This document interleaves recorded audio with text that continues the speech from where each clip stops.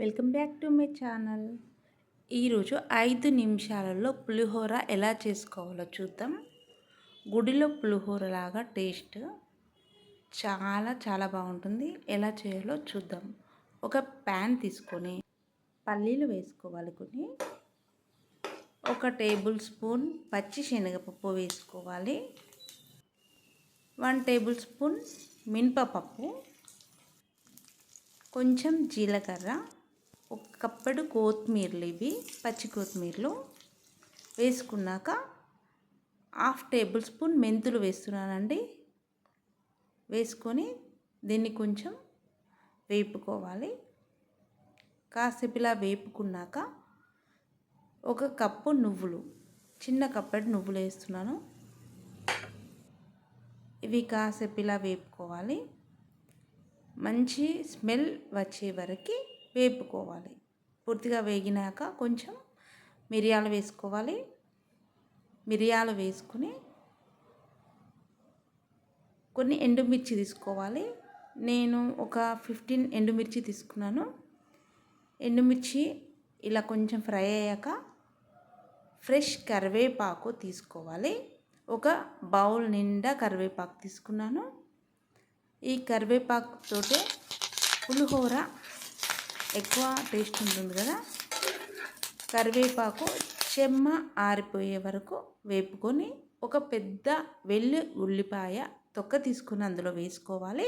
ఇప్పుడు stove off చేసుకోవాలి. చల్లారిన తర్వాత మిక్సీ జార్లోకి తీసుకొని దానికి తగ్గ సాల్ట్ వేసుకొని పౌడర్ చేసుకొని పక్కన పెట్టేసుకోవాలి. అదే ప్యాన్లో చింతపండును తీసుకోవాలి. నార లేకుండా విడివిడిగా చేసుకొని మంచిగా శుభ్రంగా చేసుకొని వేసుకోవాలి. ఇది మీడియం ఫ్లేమ్లో కాసేపు వేపుకోవాలి. తర్వాత ఇది కూడా చల్లారనివ్వాలి.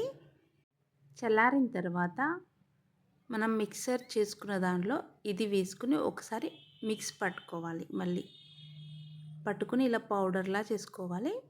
ఇలా పౌడర్లా అయ్యాక బౌల్లోకి తీసేసుకోవాలి. ఈ పౌడర్ బయట 1 మంత్ అయినా ఉంటుంది. ఫ్రిడ్జ్లో పెడితే 1 ఇయర్ అయినా ఉంటుంది. దీన్ని స్టోర్ చేసుకోవచ్చు. ఇది ఒక్కటి చేసి పెట్టుకుంటే వితిన్ 5 మినిట్స్లో మనకు అయ్యే పులిహోర. ఒక ప్యాన్ తీసుకొని అందులో కొన్ని పల్లీలు, కొంచెం శనగపప్పు వేసుకొని 1 టేబుల్ స్పూన్ మినపప్పు కూడా వేసుకోవాలి. వేసుకొని ఇవి కొంచెం వేగావి అన్నాక ఆవాలు వేసుకోవాలి. వేసుకున్నాక కొంచెం ఇలా ఫ్రై చేసుకుని కొంచెం జీలకర్ర వేసుకోవాలి. వేసుకున్నాక కొన్ని పచ్చిమిర్చి, కొన్ని ఎండుమిర్చి వేసుకోవాలి. కొంచెం పసుపు, వెల్లుల్లి వేసుకోవాలి. ఇలా ఫ్రై చేసుకున్నాక కొంచెం దీనిలో సాల్ట్ వేసుకోవాలి. ఓన్లీ మిరపకాయల మందమే సాల్ట్ వేయాలి. ఇప్పుడు కొంచెం కరివేపాకు వేసుకుని ఇలా 1 నిమిషం ఫ్రై అయ్యాక మనం పట్టి పెట్టుకున్న పౌడర్ ఇందులో మిక్స్ చేసుకోవాలి. అంతే.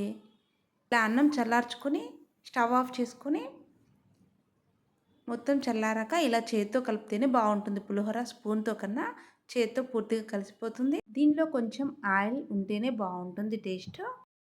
5 నిమిషాల్లో పులిహోర పౌడర్ రెడీ పెట్టుకుంటాం కాబట్టి అన్నం అయితే సరిపోతుంది. పోపు పెట్టి ఆ పోపులో పౌడర్ వేసి రైస్ కలపడమే. ఈ వీడియో నచ్చితే లైక్ చేయండి, షేర్ చేయండి, కామెంట్ చేయండి, సబ్స్క్రైబ్ చేయడం మర్చిపోకండి. Thanks for watching.